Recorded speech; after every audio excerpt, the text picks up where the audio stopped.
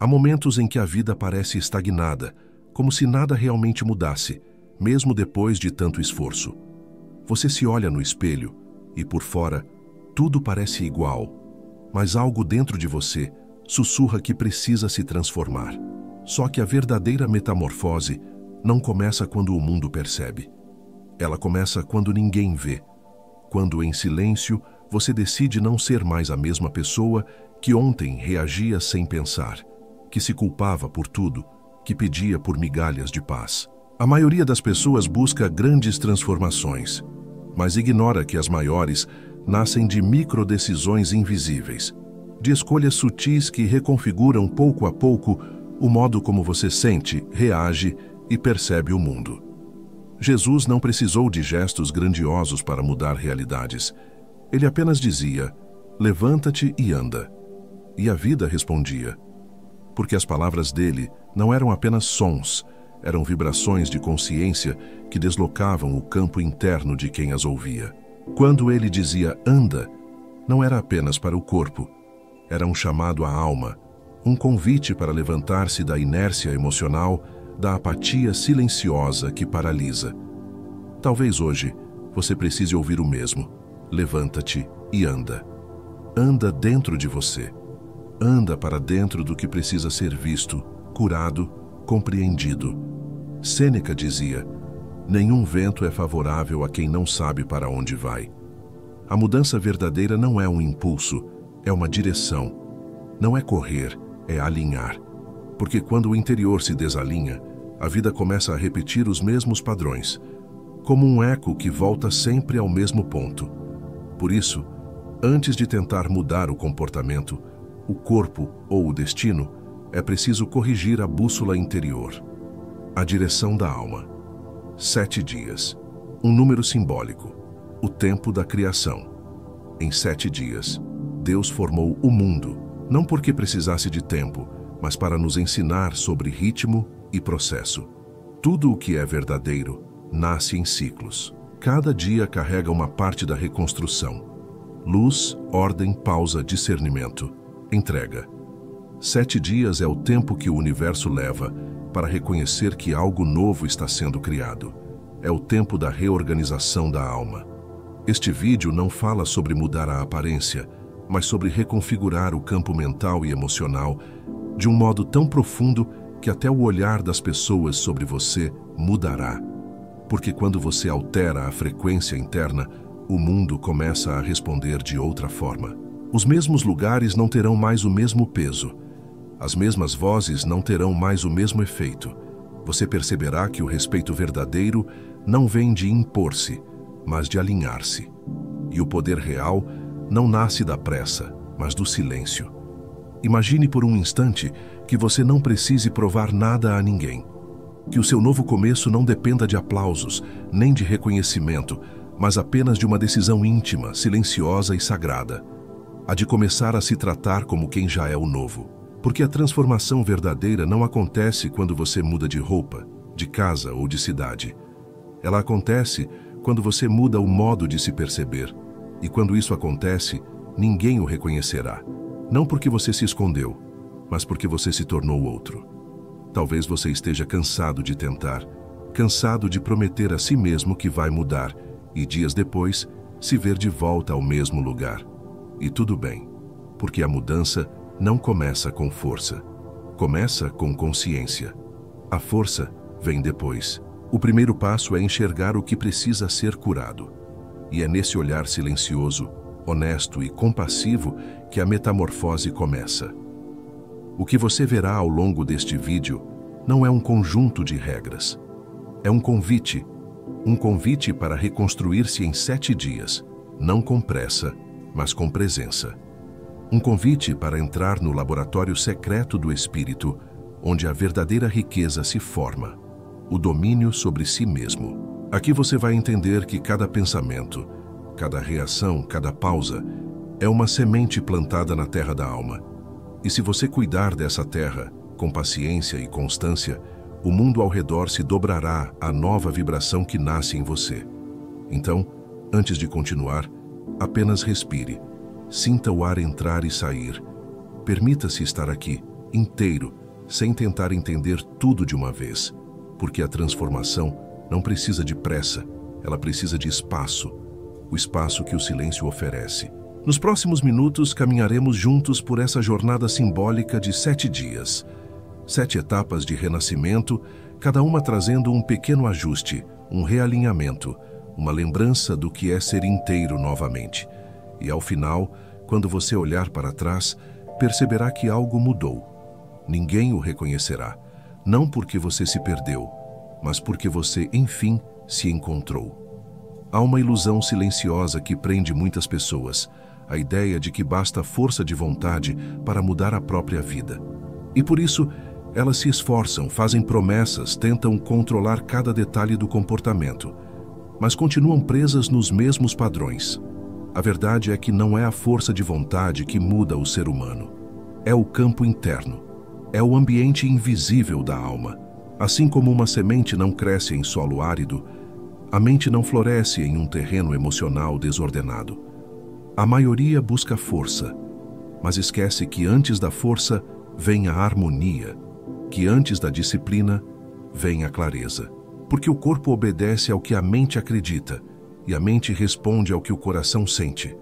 Se o coração está confuso, a razão se torna fraca, e é nesse ponto que muitos desistem, tentando mudar comportamentos sem ter curado as raízes que alimentam esses comportamentos. A sabedoria bíblica já dizia: do coração procedem as fontes da vida. Tudo nasce ali. As decisões, os desejos, os medos e até os impulsos que você tenta conter sem entender. Quando o coração está ferido, as escolhas se tornam tentativas de anestesia. Quando está em paz, as escolhas se tornam extensão do propósito. Por isso, qualquer transformação que ignore o estado emocional é apenas aparência. Talvez você já tenha sentido isso. Um esforço sincero que termina em cansaço. Dias em que parece que algo dentro de você sabota cada tentativa de recomeçar. Mas e se não for sabotagem? E se for apenas o grito do corpo pedindo um novo ambiente interno? Nenhum peixe respira fora da água. Nenhum ser floresce fora do campo que o nutre. Mudar o ambiente interno não é luxo espiritual. É sobrevivência emocional. O primeiro passo da mudança, portanto, não é fazer mais. É observar mais. Observar o que drena sua energia, o que rouba sua atenção, o que fragmenta seu foco. Às vezes não é o trabalho nem as pessoas, mas o ruído mental constante que nunca silencia. E essa agitação interna impede que a força se concentre. Não é sobre lutar contra os gatilhos. É sobre redesenhar o espaço onde eles atuam. Quando você começa a escolher com consciência onde deposita seu olhar, seu tempo e seu silêncio, o ambiente interno se reorganiza. E lentamente, a mente começa a obedecer à nova ordem. É como limpar um espelho. Nada novo aparece, apenas o que sempre esteve ali, mas que a poeira dos pensamentos e das culpas havia coberto. O verdadeiro erro não é fracassar na tentativa de mudar. O erro é tentar mudar o comportamento enquanto o coração ainda fala a língua antiga. Porque a alma não obedece a comandos, ela responde à coerência. E coerência é quando o pensamento, emoção e ação caminham na mesma direção.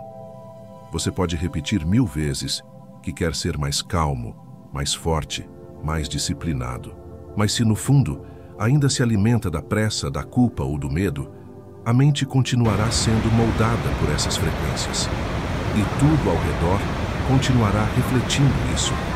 Por isso, antes de tentar agir diferente, permita-se sentir diferente. Permita que o coração, aos poucos, volte a ser um lugar seguro. A transformação começa quando o seu mundo interno se torna fértil novamente. Quando você deixa de regar as dores com a atenção e começa a regar a serenidade com a presença. É nesse instante silencioso, quase imperceptível, que a mudança real começa a germinar. E talvez ninguém perceba no primeiro dia, mas dentro de você, algo começará a se alinhar. Porque o verdadeiro milagre não é mudar o mundo, é reorganizar o terreno onde o mundo se reflete. E é isso que dá início à recriação. O novo comportamento será apenas uma consequência natural de um novo coração. Há uma sabedoria antiga escondida nos ciclos. Tudo o que é natural se move em ritmos. O sol nasce e se põe. As marés sobem e descem. As folhas caem e renascem. Nada na criação acontece de forma aleatória. Tudo é movimento, intervalo e retorno. E o ser humano, que é parte da mesma natureza, também se transforma dentro desses ciclos invisíveis. A diferença é que, enquanto a natureza obedece à ordem divina sem resistência, nós, muitas vezes, insistimos em interromper o processo antes do florescimento. A neurociência moderna confirma o que a sabedoria espiritual já sabia. O cérebro se reorganiza quando a repetição é consistente. Não é o esforço extremo que transforma, mas a constância silenciosa. 7 dias. Este número carrega um mistério profundo. Ele simboliza o ciclo completo da criação, o tempo necessário para que o invisível ganhe forma. Cada um desses dias representa um degrau da reconstrução interior, uma chance de ajustar o ritmo, a direção e a intenção. Nos primeiros dias há resistência. A mente sente falta do antigo. O corpo busca o padrão conhecido. A dopamina, que alimentava hábitos antigos, cobra o vício do estímulo. E o ser humano confunde abstinência com fracasso. Mas a alma sabe, todo nascimento começa com desconforto. É o atrito da nova forma se expandindo dentro da antiga. E é nesse atrito que o novo se consolida. Muitos desistem nesse ponto, porque a transformação verdadeira é silenciosa demais para o ego e lenta demais para o imediatismo. Mas é nesse silêncio que as conexões se refazem, que o corpo aprende novos caminhos, que a mente reconhece novas rotas. É nesse aparente vazio que o invisível trabalha. Durante 7 dias, tudo o que é consistente começa a gerar campo. O campo é a força invisível que sustenta o visível. Quando você repete algo com intenção, uma pausa, um novo pensamento, uma nova atitude, não está apenas treinando a mente.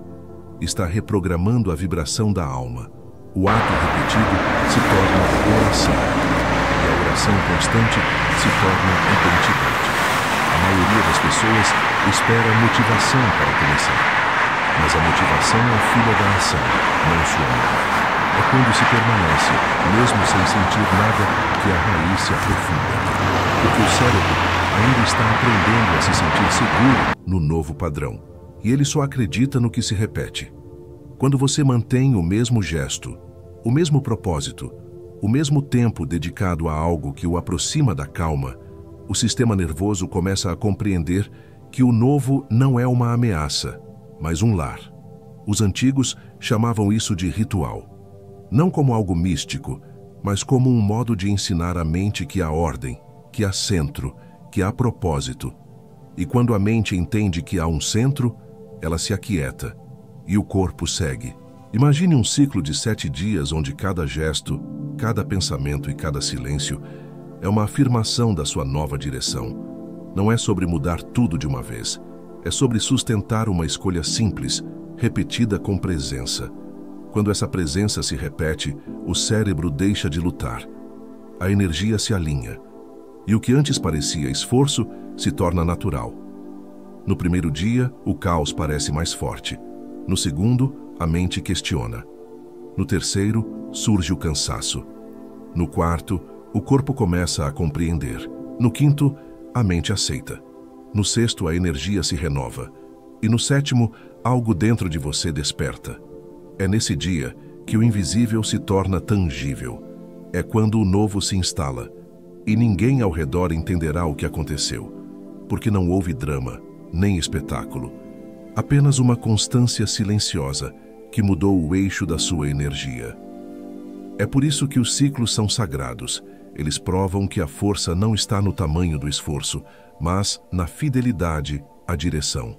O poder dos 7 dias é simbólico, mas também profundamente real. Porque 7 dias de presença total valem mais do que meses de dispersão. A mente se curva diante da constância, a energia se reorganiza, o campo se alinha, e o ser, enfim, começa a renascer. Tudo o que é repetido com intenção se torna parte da identidade. E quando algo se torna identidade, não há mais esforço, há natureza. Por isso, quem compreende o poder da repetição silenciosa entende também o segredo da recriação. A transformação não é um acontecimento, é um ritmo. E quem respeita o ritmo, cria o impossível. Há um tipo de silêncio que não é paz, é fuga. O estou bem, dito com pressa, com o olhar distante e o peito vazio, é um escudo emocional que esconde feridas não tratadas. A sociedade ensina a aparentar estabilidade, a parecer forte, a sorrir mesmo quando o coração sangra. Mas toda emoção negada volta mais tarde, disfarçada de cansaço, irritação ou apatia. Quando alguém diz, não sinto mais nada, muitas vezes o que sente é anestesia, não cura. O cérebro, na tentativa de proteger o ego da dor, cria narrativas. Ele diz que você já superou, que já entendeu, que já está em paz. Mas, na verdade, apenas empurrou a dor para um canto escuro do inconsciente, onde ela permanece, viva, esperando um instante de fraqueza para ressurgir.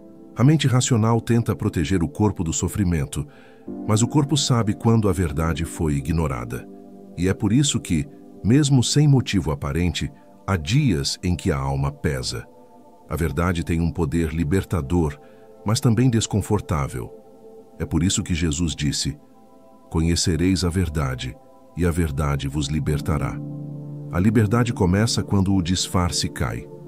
Quando você admite em silêncio que ainda há dor, que ainda há medo, que ainda há saudade. Porque a verdade não o enfraquece, ela o alinha. E somente um coração alinhado pode de fato se curar. Reconhecer a dor não é fracasso, é coragem. É um ato de amor próprio. É dizer a si mesmo, eu mereço me ouvir. Quando você se permite sentir, o corpo começa a soltar as tensões acumuladas. As lágrimas que você evita são a forma mais antiga de purificação da alma. O alívio não vem da negação, vem da permissão. Há curas que não precisam de palavras, apenas de presença. O simples ato de olhar para dentro sem julgamento já inicia o processo de liberação. Quando a mente para de lutar contra o que sente, o corpo finalmente respira. E nesse espaço de aceitação silenciosa, o coração volta a pulsar com verdade. A transformação não acontece quando você diz, estou bem. Ela começa quando você, com serenidade e honestidade, admite, ainda não estou, mas estou a caminho.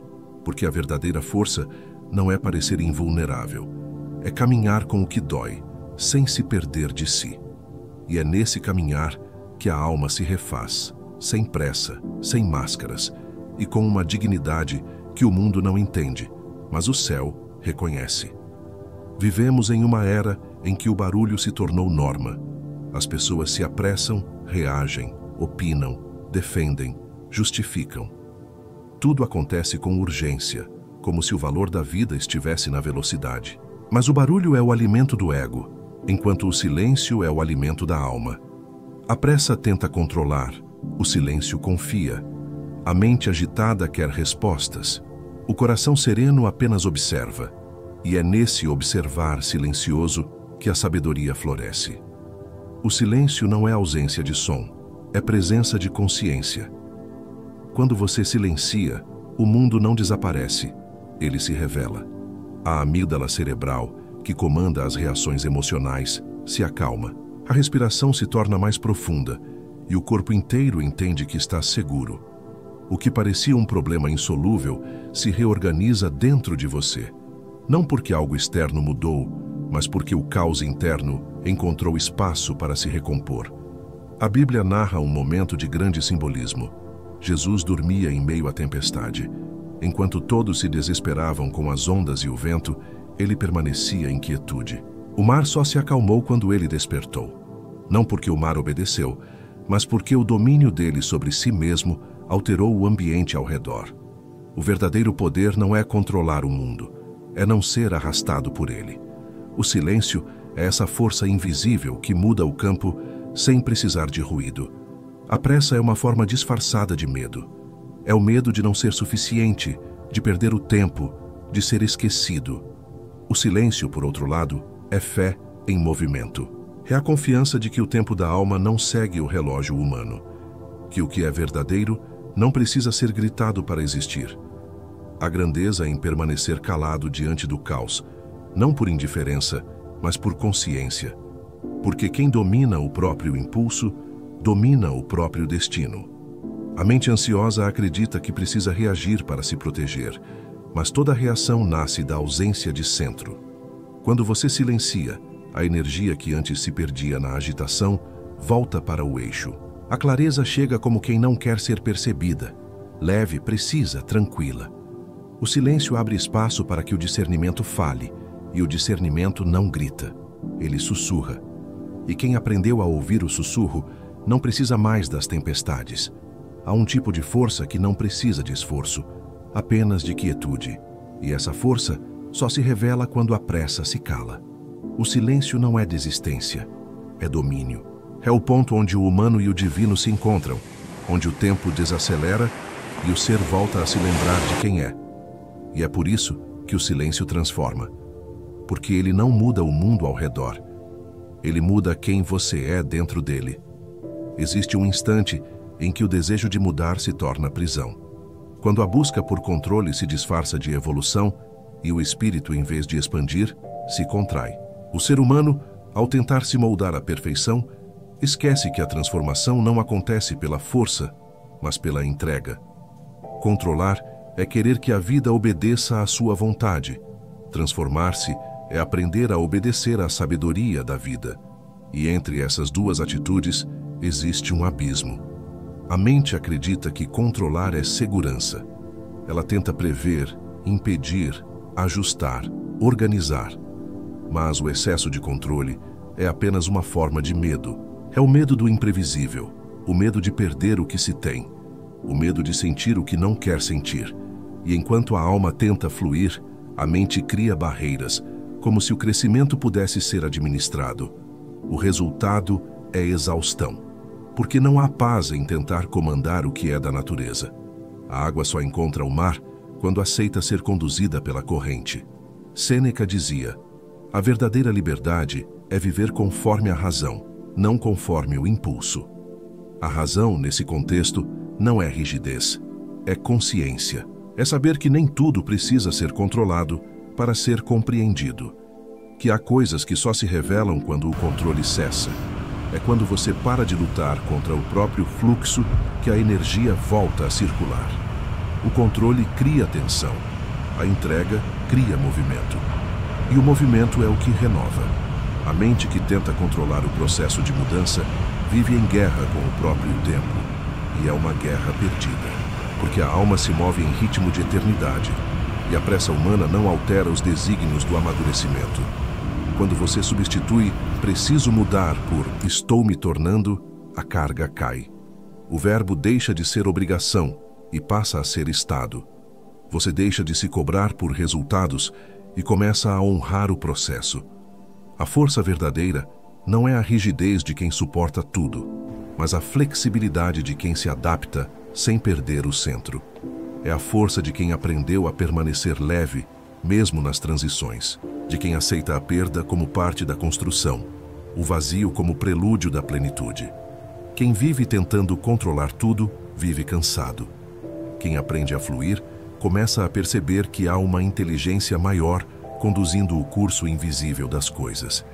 E quando essa confiança desperta, o medo perde a função, o controle se dissolve, e o que resta é um tipo de poder que não grita, não exige, não compete.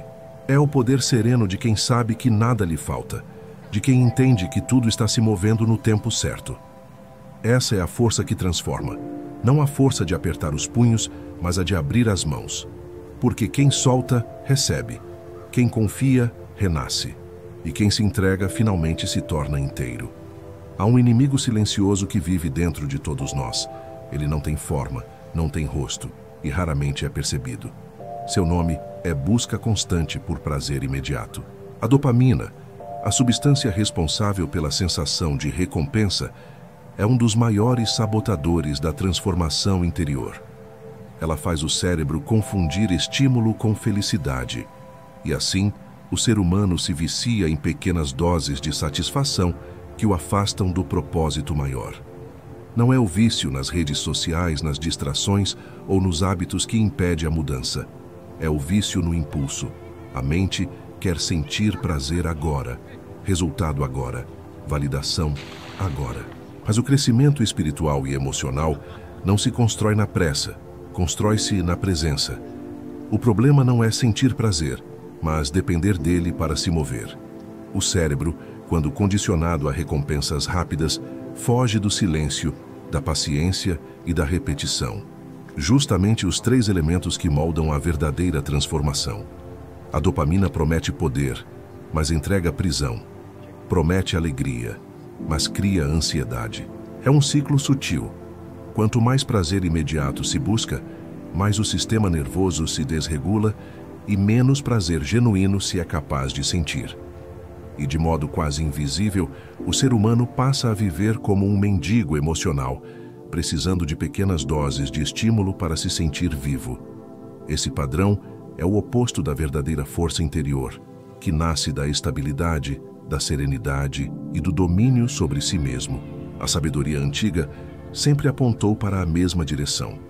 O poder está no atraso da gratificação. Jesus retirava-se para o deserto. Os filósofos buscavam o recolhimento, não por fuga, mas para quebrar o ciclo da dopamina. Quando o prazer deixa de comandar, a consciência assume o leme, e o que antes parecia vazio começa a se revelar como espaço de criação. A ausência de estímulo se torna fértil, e o ser humano, finalmente, começa a ouvir o som da própria alma.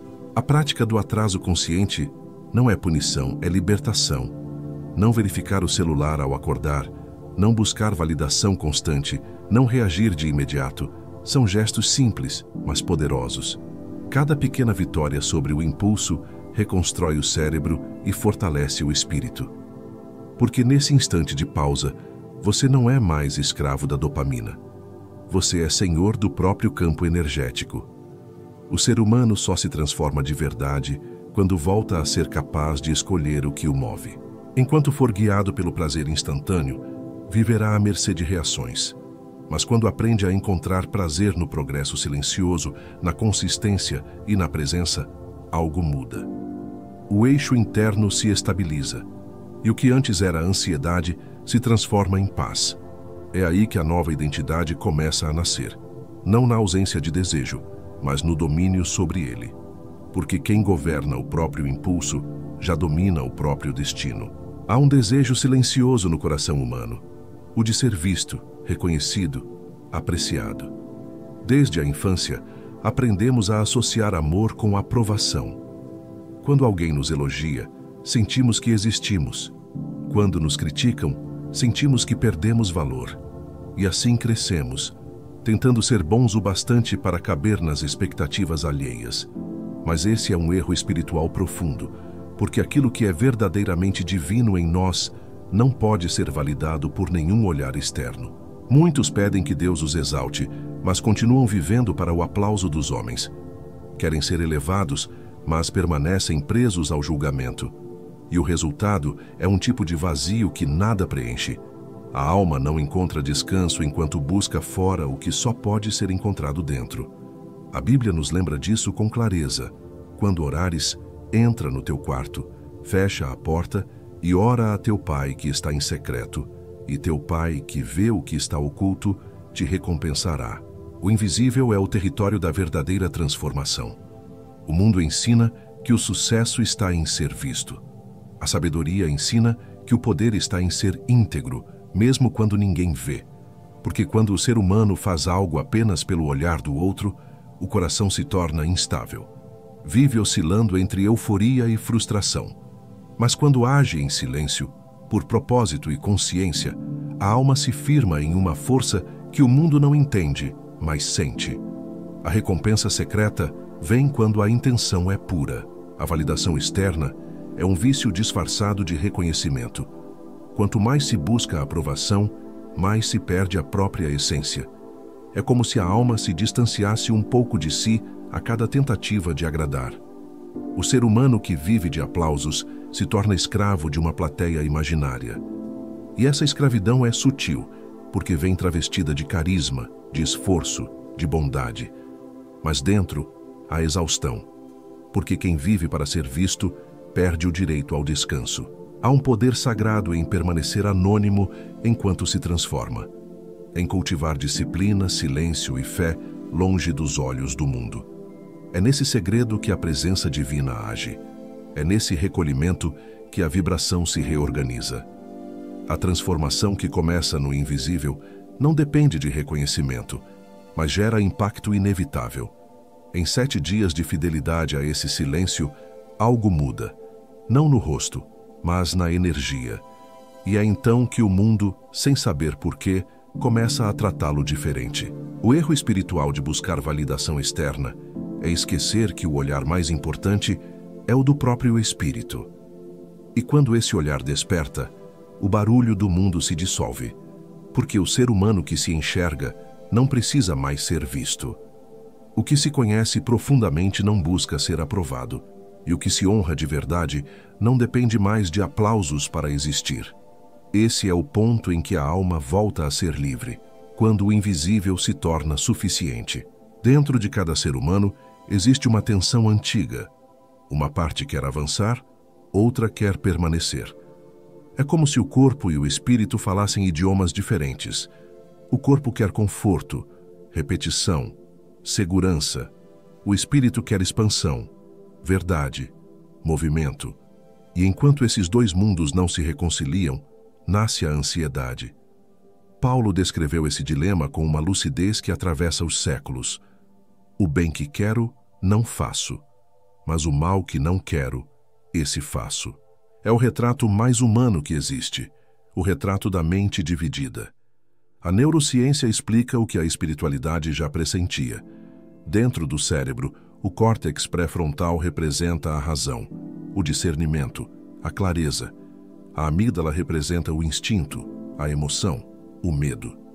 Quando o espírito deseja uma nova vida, mas o corpo teme o desconhecido, essas duas partes entram em conflito. E é nesse conflito que surgem as reações impulsivas, as recaídas, a sensação de estar lutando contra si mesmo. O problema não é fraqueza, é falta de alinhamento.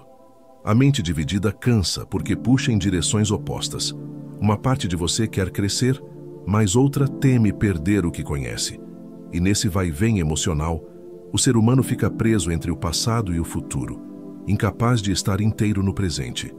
Essa é a causa silenciosa da angústia moderna. O corpo vive no ontem, o espírito vive no amanhã, e o agora se torna um campo abandonado. Quando o agora é abandonado, a alma adoece. O alinhamento entre corpo, mente e espírito não acontece pela negação do conflito, mas pela escuta. O espírito precisa guiar, mas o corpo precisa ser ouvido. O corpo carrega a memória da dor e o espírito carrega a visão da cura. Quando um aprende a respeitar o outro, a energia começa a fluir novamente. O segredo não está em suprimir o desejo ou a emoção, mas em unificá-los sob uma intenção maior. É nesse ponto de coerência que a mente se estabiliza e a ansiedade se desfaz. A sabedoria antiga sempre apontou para esse equilíbrio. Meditar, orar, respirar conscientemente. Tudo isso são formas de alinhar o campo.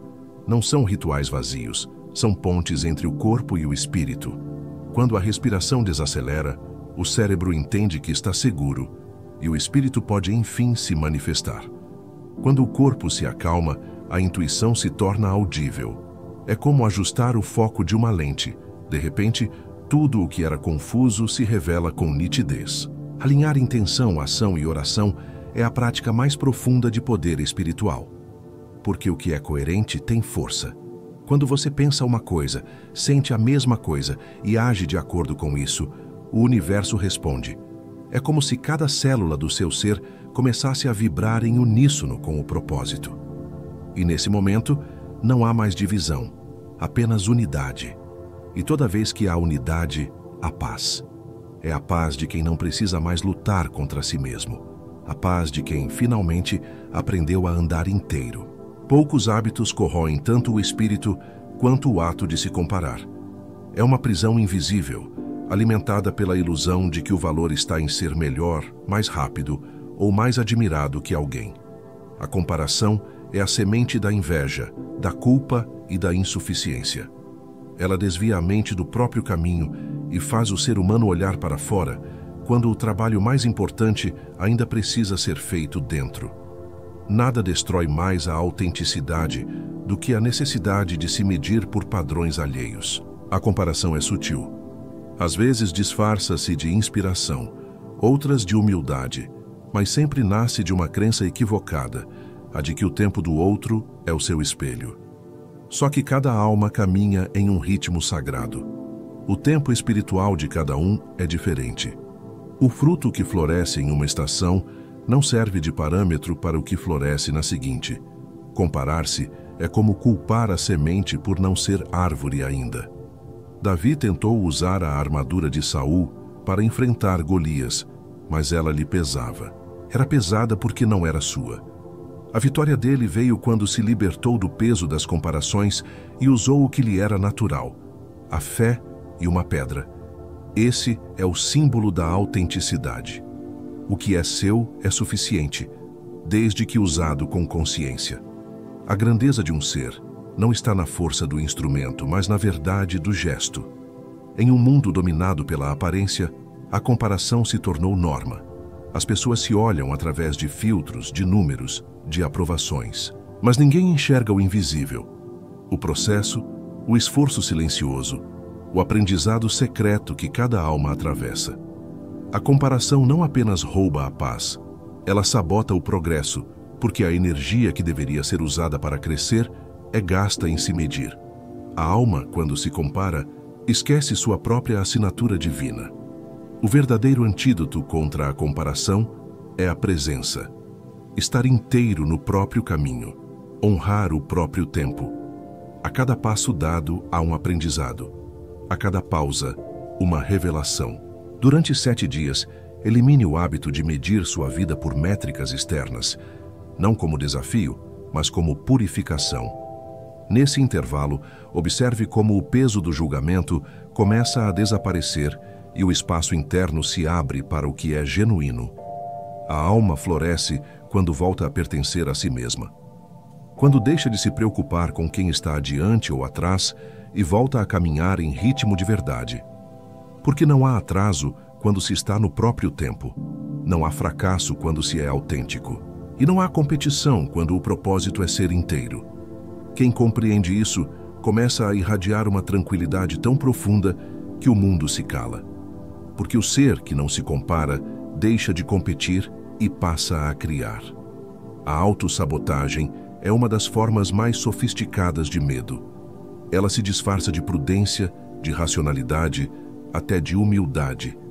Mas no fundo, é apenas o receio de sustentar o próprio brilho. O ser humano teme o fracasso, mas teme ainda mais o peso do sucesso, o peso da responsabilidade que vem com o crescimento. E assim, sem perceber, repete comportamentos que o mantêm preso à zona emocional conhecida, ainda que ela seja desconfortável. O medo prefere o que é familiar ao que é incerto. A mente cria justificativas perfeitas para não mudar. Diz que o momento não é certo, que é preciso esperar mais um pouco, que há outras prioridades. E enquanto isso, o tempo passa. O cérebro, programado para proteger do sofrimento, interpreta toda a possibilidade de exposição como ameaça. Então, quando a vida o convida a dar um passo à frente, a própria mente, em nome da segurança, sabota o movimento. É uma defesa, mas também uma prisão. A autossabotagem não é sinal de fraqueza, é um pedido de cuidado. Ela mostra onde o medo ainda governa. É a resistência da parte ferida que teme não ser capaz, não ser suficiente, não ser amada se ousar. E é por isso que a cura não está em lutar contra a sabotagem, mas em compreendê-la. Quando o medo é escutado com presença, ele perde o poder, porque o que é acolhido não precisa mais gritar.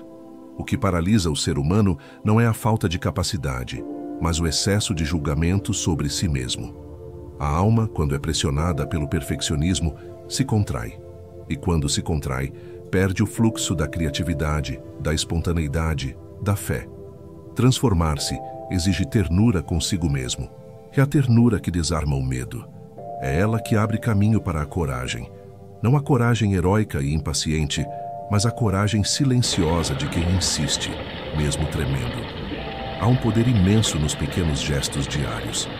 A autossabotagem se dissolve não com grandes mudanças, mas com decisões suaves e constantes. O cérebro aprende pela repetição, não pela promessa. Por isso, o caminho da reconstrução é agir pouco, mas agir todos os dias. Uma palavra dita com verdade. Um pensamento observado antes de ser acreditado. Uma pausa feita antes de reagir. Pequenos atos de consciência têm mais força do que grandes intenções nunca realizadas. E quando essa constância silenciosa se instala, algo muda. O medo deixa de ser inimigo e se torna professor. O erro deixa de ser vergonha e se torna aprendizado. E a autossabotagem, que antes parecia uma maldição, se revela como parte do processo de amadurecimento. Porque cada vez que você escolhe seguir, mesmo que aos poucos, está ensinando à sua mente que ela já não comanda. Quem comanda agora é a consciência. E é nesse instante que a alma começa, enfim, a confiar em si mesma. Toda transformação exige um tipo de morte. Não uma morte física, mas o fim de uma identidade que já não sustenta quem você está se tornando. O ser humano deseja o novo, mas, para vivê-lo, precisa deixar ir o antigo. E esse é o ponto mais desafiador do caminho espiritual. Abrir mão do que é conhecido, mesmo quando já não serve, mesmo quando dói. Toda recriação passa pelo luto, o luto do que fomos, do que acreditamos ser, do que um dia nos deu segurança.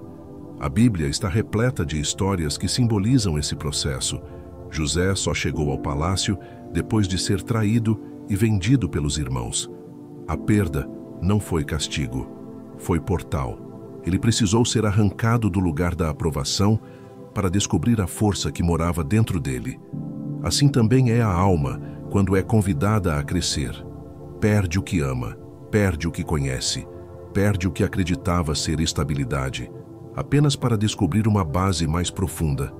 Nada se perde de verdade, tudo é transformado. O ser humano resiste à perda porque associa desapego à falta. Mas o desapego é fertilidade, é o espaço necessário para que o novo floresça. A semente, antes de brotar, precisa se desfazer. E esse processo visto de fora parece destruição, mas é renovação. É o mesmo com a alma. Há momentos em que parece que tudo está sendo desfeito, quando na verdade tudo está sendo preparado. O velho precisa se decompor para que o novo respire. A verdadeira coragem não está em conquistar, está em permitir-se perder com consciência. Porque a perda consciente é sagrada. Ela não destrói, ela purifica.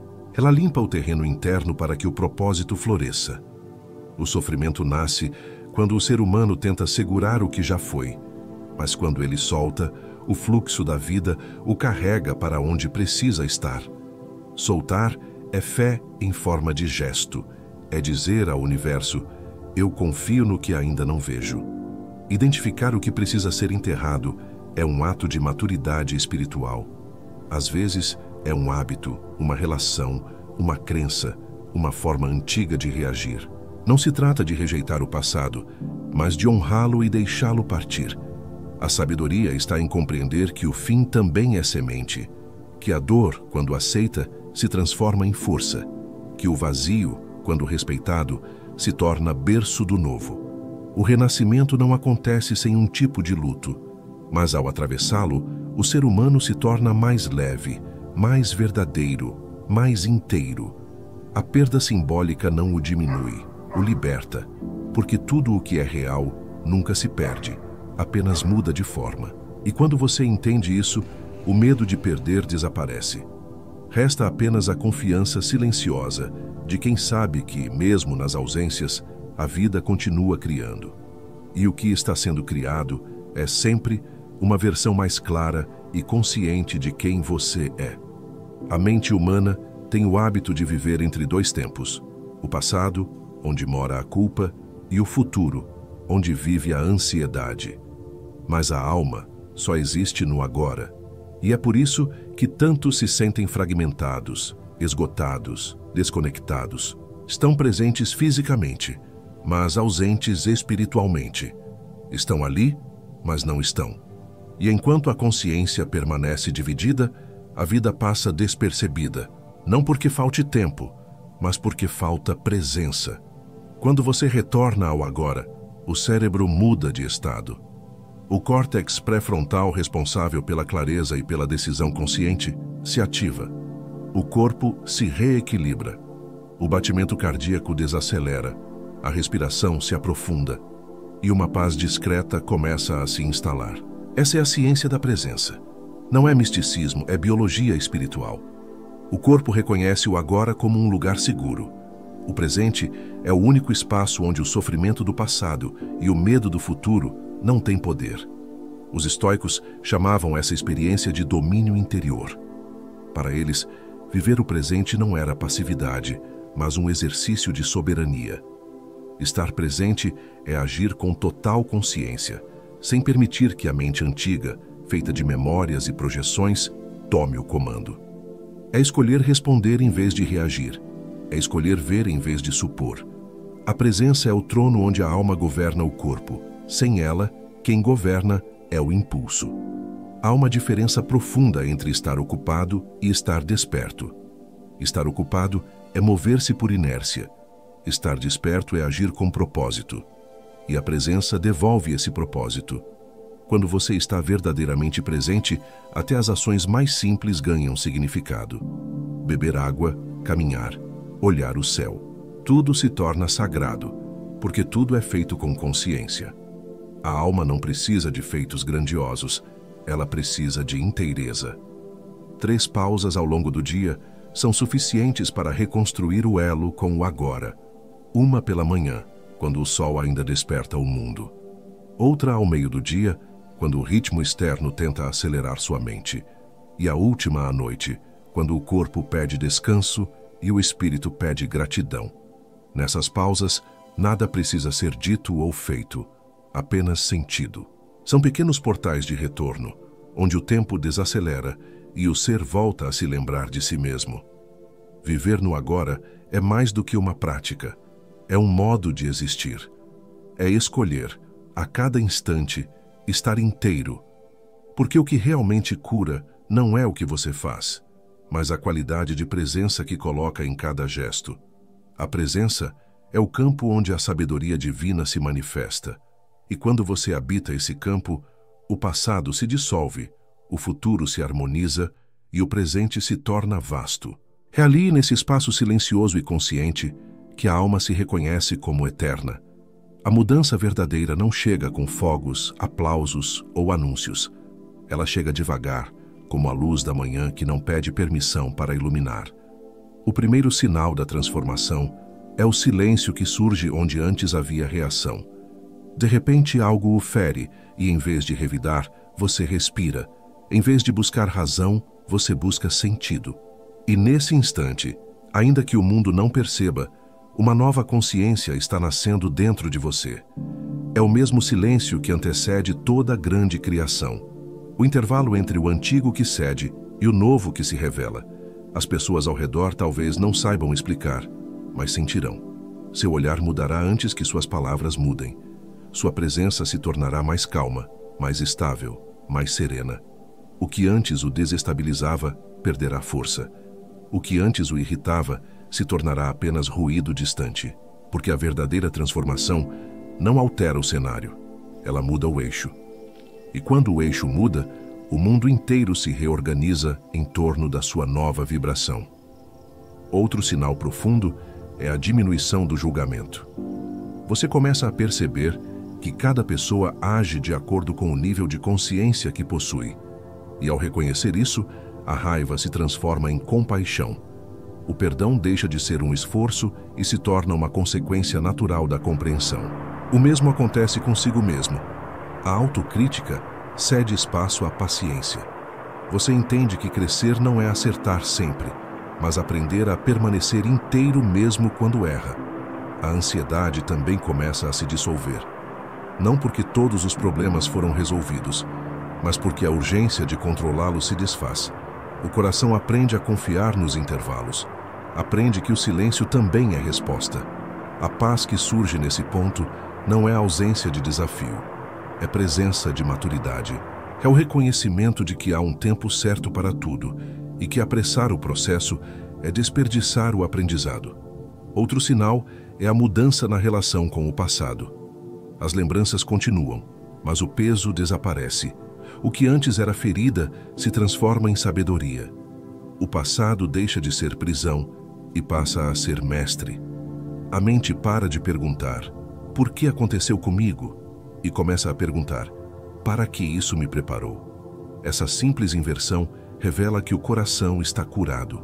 O sofrimento então perde seu papel de punição e se torna parte da iniciação. E por fim, há um sinal invisível, mas inconfundível: o amor. Não o amor romântico, mas o amor essencial, silencioso e vasto. O amor que se sente por estar vivo, por perceber a beleza do instante, por compreender que tudo, absolutamente tudo, tem propósito. É quando o coração sussurra, sem precisar de palavras: as coisas velhas já passaram, eis que tudo se fez novo. E é nesse ponto que a transformação deixa de ser um desejo e se torna uma realidade. Porque ao mudar por dentro, você se torna o próprio milagre que esperava ver acontecer. O que muda em 7 dias não é o corpo, é a vibração. A frequência que antes vibrava em ansiedade, medo e comparação começa a pulsar em calma, fé e presença. É um deslocamento quase imperceptível, mas de poder imenso. A transformação verdadeira raramente faz barulho, porque o que é genuíno não precisa anunciar-se. O que realmente muda é a forma como você se posiciona diante da vida, não mais como vítima dos ventos, mas como quem aprendeu a ajustar as velas. A sabedoria bíblica nos lembra que Deus criou o mundo em 7 dias, não porque precisasse de tempo, mas para nos ensinar sobre ritmo, pausa e processo. Cada dia da criação representou uma etapa da consciência: a luz, a separação, a ordem, o descanso, a visão do que é bom. Assim também acontece com a alma que decide se recriar. Ela aprende a cada novo amanhecer a separar o essencial do desnecessário, a escolher a quietude em vez do ruído, a enxergar propósito até nas demoras. Sêneca dizia que quem todos os dias melhora um pouco, caminha mais rápido que quem corre sem direção. Essa é a essência da recriação. Não correr, mas alinhar-se. Quando você faz algo com intenção, mesmo que pequeno, o campo invisível da vida começa a se mover a seu favor. A constância silenciosa é mais poderosa do que qualquer explosão de entusiasmo, porque o que é feito em paz permanece, e o que é feito na pressa se dissolve. Não subestime o poder do pequeno, do constante e do secreto. É nesse território que o invisível se manifesta. A flor não escolhe o momento de desabrochar, ela apenas responde ao sol que chega. E você, quando se mantém fiel ao processo, também floresce no tempo certo. O mundo pode não notar de imediato, mas a energia ao seu redor começará a mudar. As conversas, os lugares, as conexões, tudo passará a refletir o novo estado interior que você construiu com paciência. A recriação do ser não é um evento, é um modo de existir. É o compromisso silencioso de ser mais consciente hoje do que foi ontem. É compreender que o verdadeiro respeito próprio nasce do domínio sobre si mesmo, não sobre os outros. É reconhecer que a força mais elevada é a de não precisar reagir a tudo. A alma que encontra a quietude torna-se indestrutível, porque já não depende das circunstâncias para permanecer inteira. Em 7 dias de disciplina silenciosa, ninguém o reconhecerá. Não porque você tenha se escondido, mas porque a antiga versão de você já não existe. O olhar muda, a voz muda, a presença muda. Você deixará de reagir como quem era e começará a agir como quem nasceu para ser. E é nesse instante, quando o novo ser emerge do silêncio, que a vida em reverência o reconhece. Porque toda recriação verdadeira é um ato de amor. Amor por si mesmo, amor pelo tempo e amor pelo propósito divino que o habita.